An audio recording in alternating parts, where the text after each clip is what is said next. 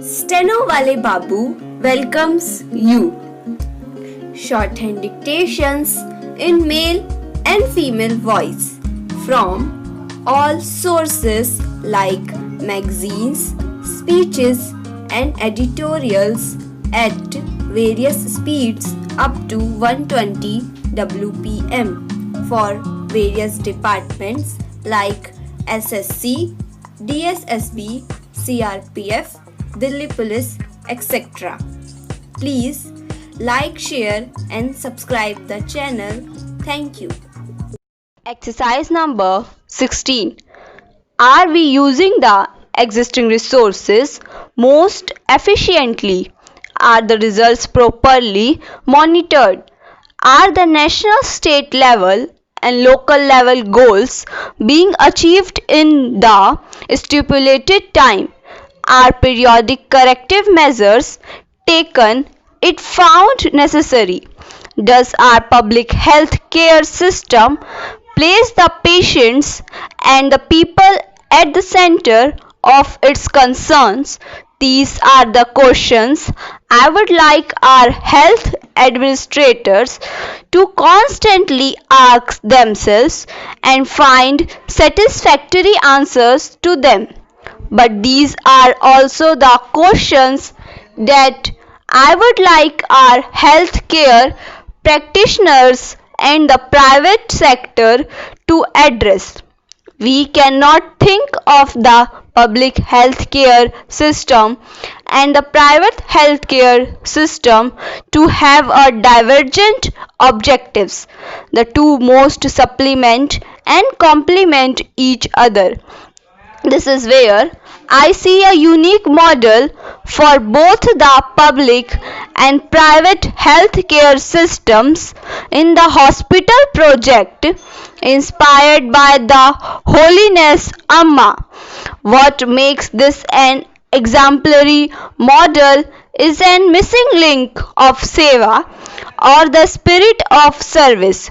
When all our institutions, including hospitals and primary health centers, begin to work with the spirit of service, India will greatly gain in esteem not only in the eyes of Indians but also in the eyes of the world. We should therefore be grateful to Amma for spreading the message of service. Amma's emphasis on compassionate service is also visible in the other scheme which I have the honor of inaugurating today. The keys to the first 5,000 houses for the homeless are being distributed here, and I am sure that Amma will accomplish her target of 25,000 houses within the next 5 years. I am told that all the ashram residents and household devotees of Amma have been actively involved in the construction of these houses for the poor. Their pure love, which is not limited to any particular community or religion, has made these houses into true temples of love.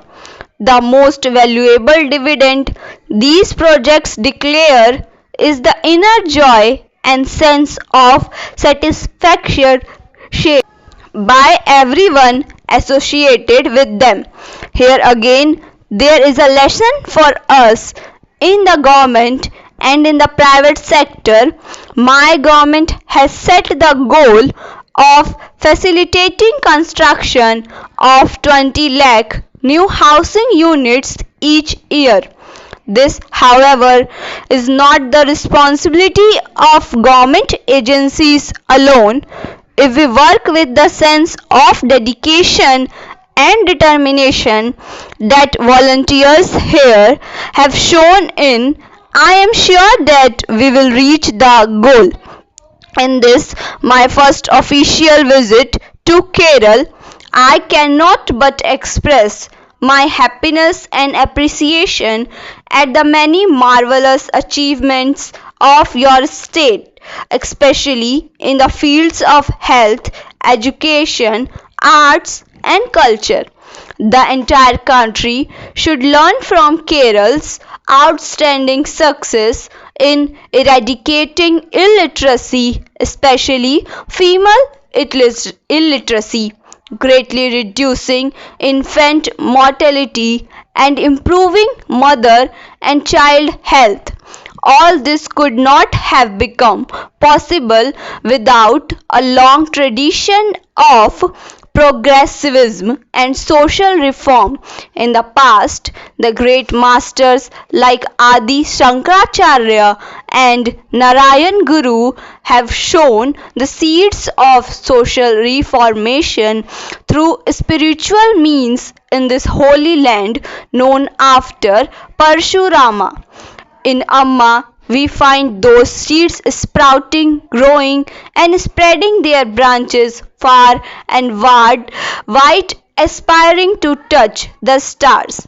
The years to come, I believe, will certainly witness momentous transformation brought about by Amma in the socio-economic scenario of Kerala and perhaps in the whole nation. That will be the fulfillment of my participation in today's function. I would like to digress at this point to say something about a matter which has attracted national and international attention. It is a digression and yet closely related to the health, well-being and security of the nation. On May 11 and 13, India conducted 5 nuclear tests and thereby announced its emergence as a nuclear weapons state. We did so on the basis of our own sound and careful appraisal of the regional and global security scenario. When India was being surrounded by nuclear weaponry, we could not have allowed the country to be taken by surprise. Besides, India could not have succumbed to pressures to sign discriminatory treaties which had utterly failed to bring about any progress in global nuclear disarmament. I would like to measure the international community that the nuclear test will make no change in India's long and vigorous pursuit of peace in the region and in the world. Ours will never buy weapons of aggression. Our bold action has found support in all sections of the Indian society and polity, reflecting a deep national consensus on this vital issue of national security. It has created an atmosphere of unity and self-confidence from Kerala to Kashmir.